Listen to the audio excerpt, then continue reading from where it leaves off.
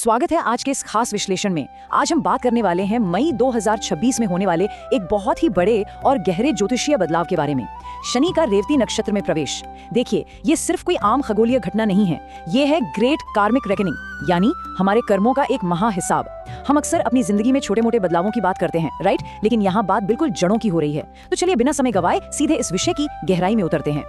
अब जरा सोचिए, क्या होता है जब कर्मों और न्याय का ग्रह यानी शनिदेव राशि चक्र के बिल्कुल आखिरी नक्षत्र में प्रवेश करते हैं। देखिए, यहाँ कोई दिखावटी या ऊपर ऊपर का बदलाव नहीं होने वाला, बल्कि ये एक ऐसा समय है जहाँ एक बहुत ही गहरे, नकारे ना जा सकने वाले आध्यात्मिक हिसाब किताब का सामना करना पड़ेगा। मतलब एक पुराने चक्र का पूरा अंत और एक बिल्कुल नए अध्याय की शुरुआत। तो आज के हमारे इस विश्लेषण का एजेंडा कुछ इस तरह रहेगा। पहला, रेवती गोचर 2026। दूसरा, ब्रह्मांडीय जवाबदेही का असली मतलब। तीसरा, 12 राशियों पर इसका क्या इम्पैक्ट होगा। चौथा, कुछ अहम टाइमलाइंस और सबसे बड़े विजेता। और पांचवा, जरूरी उपाय और इस पूरे बदलाव का अंतिम सत्य। चलिए सबसे पहले बात करते हैं हमारे पहले भाग की, रेवती गोचर 2026।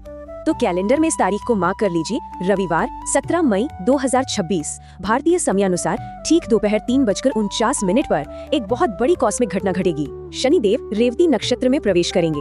अब ध्यान देने वाली बात यह है कि रेवती हमारे राशि चक्र का 27वां और बिल्कुल अंतिम नक्षत्र है। ये कोई छोटी मोटी चाल नहीं है, बल्कि ये एक पूरी यात्रा का, एक पूरे चक्र का दी एंड है, जहाँ हमारी पिछली सभी घटनाओं का सार इकट्ठा होता है।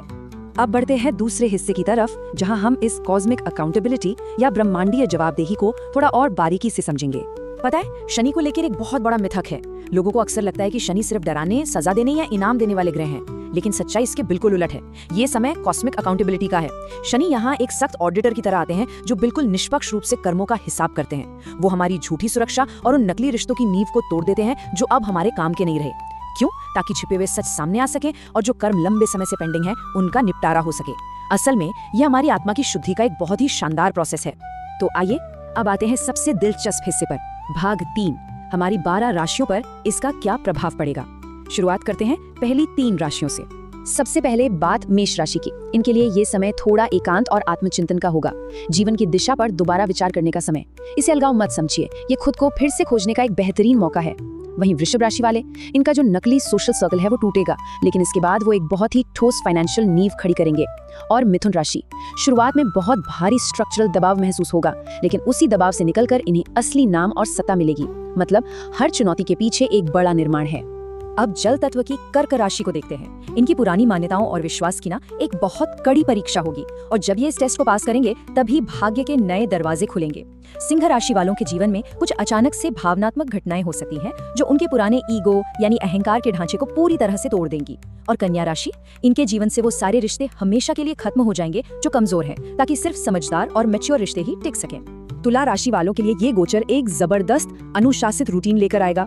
इनके सभी कंपेटिटर्स कमजोर पड़ेंगे और जीत पक्की होगी। वृश्चिक राशि वालों का जो कैजुअल रोमांस का दौर था वो अब खत्म। अब शुरुआत होगी एक बहुत ही सीरियस और कार्मिक जुड़ाव की। जबकि धनु राशि वालों को घरेलू और पारिवारिक जिम्मेदारियों का काफी दबाव मिलेगा, लेकिन यकीन मानिए इसी से उनके अंदर एक गहरी इमोशनल मैच्योरिटी आएगी।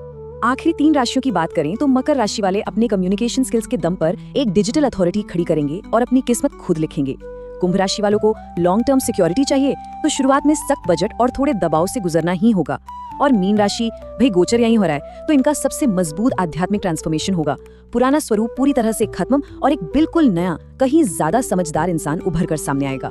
राशियों की बात तो हो गई, लेकिन अब चलते हैं चौथे भाग पर, महत्वपूर्ण टाइमलाइंस और विनर्स। आखिर ये सब होगा कब? देखिए, ये बदलाव रातों रात तो होगा नहीं। गोचर 17 मई 2026 को शुरू होगा, लेकिन मई से सितंबर 2026 तक का जो समय है वो एक टेस्टिंग फेज होगा। खासतौर पर मेष, सिंह और मीन राशि वालों के लिए ये थोड़ा टफ टाइम हो सकता है।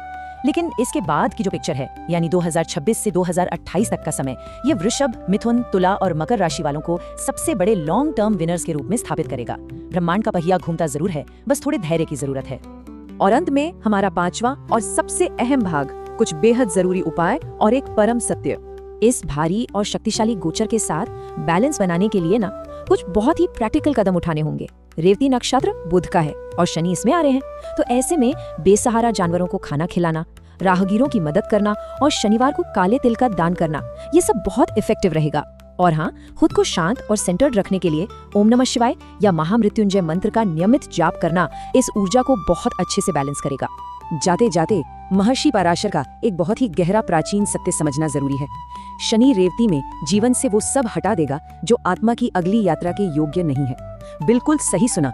इसका सीधा सा मतलब है कि ये जो पुराने कर्मों का हिसाब हो रहा है या जो झूठी पहचान टूट रही है, ये सब ब्रह्मांड का एक तरीका है ताकि हमारी नियति की सच्ची दिशा के लिए रास्ता पूरी तरह से साफ हो सके।